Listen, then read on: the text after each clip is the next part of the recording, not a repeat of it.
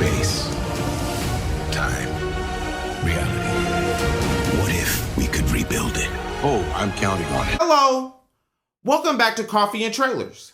I'm Warith, and this is my breakdown to Marvel's What If Episode 3, What If the World Lost Its Mightiest Heroes? Now, I will be doing weekly breakdowns to Marvel's What If series, so click here to subscribe if you're new to the channel so you can watch more What If episodes, or you can watch my latest trailer breakdown. This episode is more like a murder mystery, and it takes place during the span of 3 films: Iron Man 2, Thor, and Edward Norton's The Incredible Hulk. Not only does this episode take place during a span of 3 movies, but it also takes place during a span of 5 days. And that was one thing I really liked about this episode, was that they split up each big event on one of the days of the week. And for some reason, every time one of the days popped up on the screen, I kept hearing this sound. That sound from Law and Order, and just kept expecting Ice-T to come out of the blue to try to solve the mystery.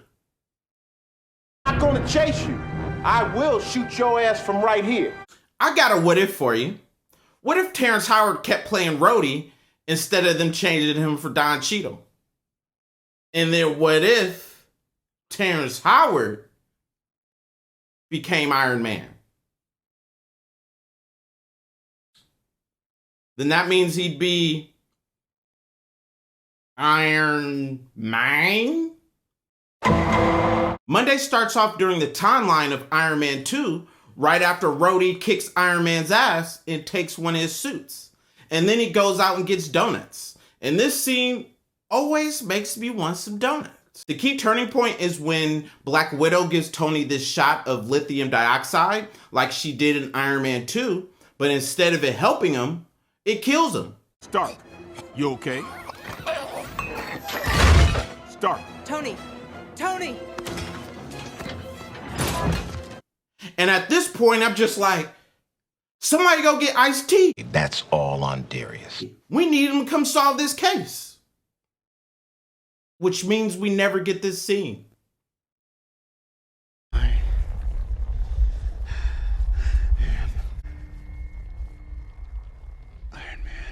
Man. Club going up on a Tuesday. Black Widow's blamed for the death of Tony Stark, and she's voiced by Lake Bell and not Scarlett Johansson. We have Frank Grillo's Crossbone characters and some other S.H.I.E.L.D. agents who are really Hydra agents, and they get their asses kicked in the back of a truck instead of getting their asses kicked in an elevator by Captain America.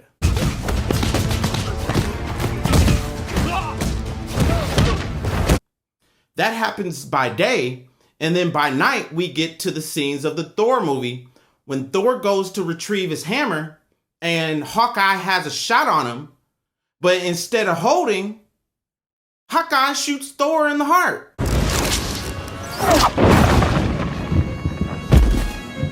Damn it, Martin. He shoots Thor in the heart, which means we're never gonna get Fat Thor in this universe. Which makes me kind of sad. Even though Thor is sitting there with this autographed Hawkeye arrow in his heart, Barton still denies shooting the arrow. And when Fury goes to question him in his cell, Hawkeye is dead. Hawkeye is dead. Barton. Barton. Coulson, get a medic.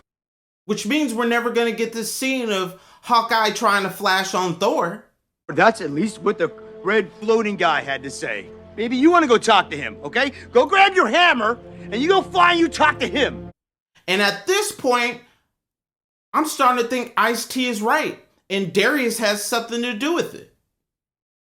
But she did not stab that woman to death and put her baby in a makeshift grave. That's all on Darius. Now, it's not even Hump Day yet, and we've already lost 3 Avengers. We finally made it to Wednesday, Hump Day.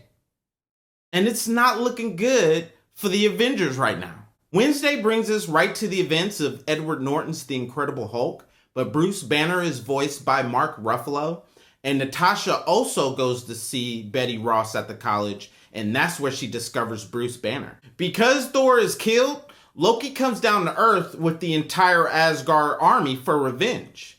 And right in the middle as Loki is explaining who he is, Nick Fury's cell phone keeps going on. Or what you are. I am Loki, Crown Prince of Asgard. And at the same time, somebody's going after Bruce Banner. Somebody shoots him. And right in the middle of hulking out, Bruce Banner starts getting bigger and bigger. And then he explodes just like that guy from Big Trouble in Little China.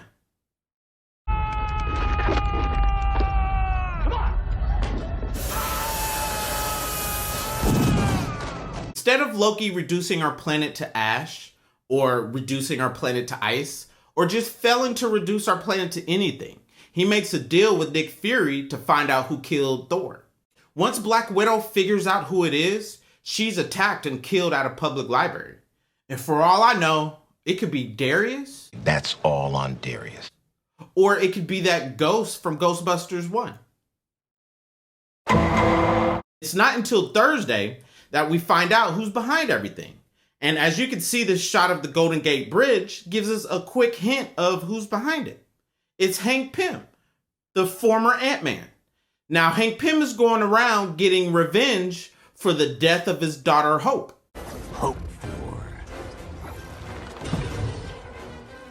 die. Now, if you remember in Captain America Winter Soldier, Natasha was telling a story to Steve Rogers how she was escorting an engineer. But the Winter Soldier was there. I was covering my engineer, so he shot him straight through me.